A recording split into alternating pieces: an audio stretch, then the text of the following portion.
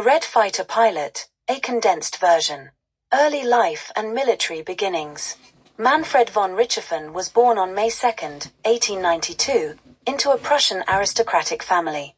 Growing up in what is now Poland, he lived a privileged life filled with outdoor activities like hunting and horseback riding, both of which shaped his sharp instincts and spatial awareness.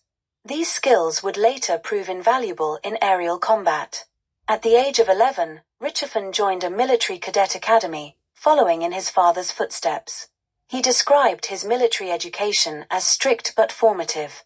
By 1911, he had become a commissioned officer in the cavalry. When World War I broke out in 1914, Richthofen initially served as a reconnaissance officer, tasked with surveying enemy positions on horseback. However, he found this role dull and longed for something more exhilarating. The war's evolving nature soon rendered cavalry units obsolete, and Richthofen, feeling dissatisfied, sought a transfer. His request was granted, and in 1915, he joined the Imperial German Air Service as an observer. This marked the beginning of his transition from the ground to the skies. Transition to aviation. As an observer, Richthofen flew alongside a pilot, gathering intelligence from the air. Though initially unfamiliar with aviation, he was captivated by the experience of flying and soon decided to train as a pilot. The rigorous training was a turning point, demanding technical precision, adaptability, and nerves of steel. Richthofen earned his pilot's license in 1915 and began flying reconnaissance and bombing missions. Despite early challenges, including crash landings and technical malfunctions, he developed a passion for the freedom and strategy involved in aerial combat. His first assignment as a pilot was relatively uneventful, but everything changed when he encountered Oswald Boelck, a legendary German ace and pioneer of dogfighting tactics.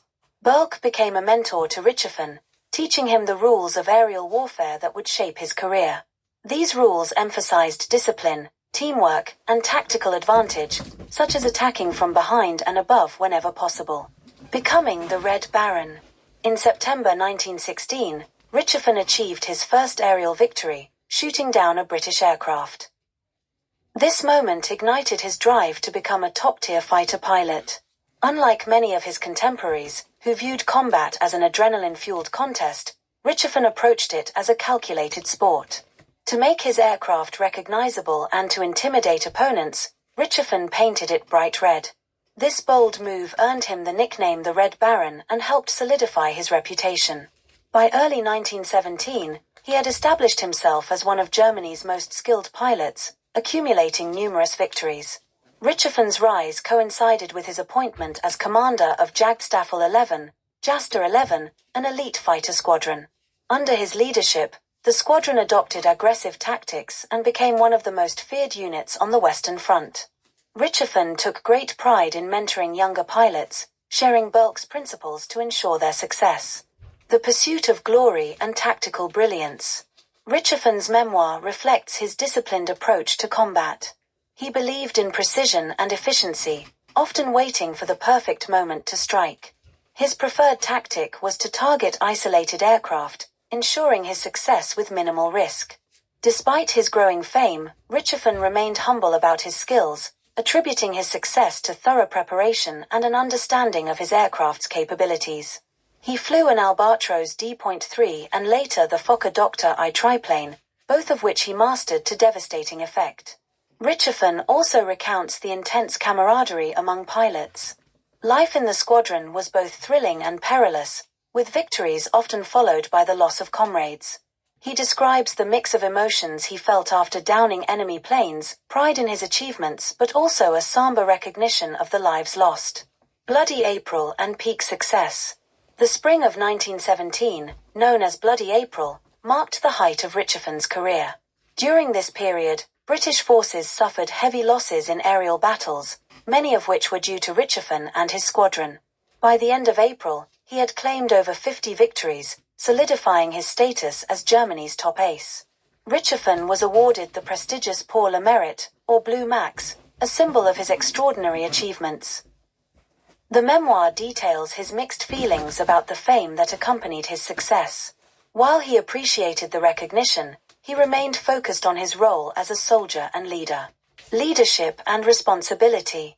As the war progressed, Richthofen faced new challenges, including improved enemy aircraft and tactics.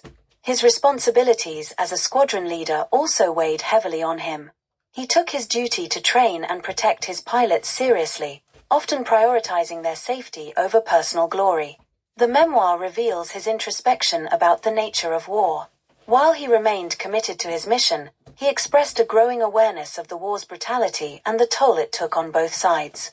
His reflections suggest a man torn between his duty and the moral complexities of his actions. Wounds and a changed perspective. In July 1917, Richthofen was severely wounded during a dogfight, sustaining a head injury that temporarily grounded him. This incident marked a turning point in his life and career. Though he recovered and returned to combat, the injury affected his confidence and perspective. Richthofen became increasingly aware of his mortality, writing about the fleeting nature of fame and the inevitability of death in war. He continued to fight with determination but seemed more resigned to his fate. Legacy and final reflections. By the time Richthofen wrote The Red Fighter Pilot, he had achieved over 70 aerial victories, making him one of the most successful fighter pilots in history. The memoir captures his pride in these achievements while also offering glimpses of his humanity and vulnerability. Richthofen's writing reflects his meticulous nature, with detailed accounts of dogfights and his tactical approach. However, it also reveals a man grappling with the realities of war, from the loss of comrades to the moral ambiguities of his role. Though Richthofen's life was cut short in April 1918, when he was shot down over France, his memoir endures as a testament to his skill, leadership, and the early days of aerial warfare.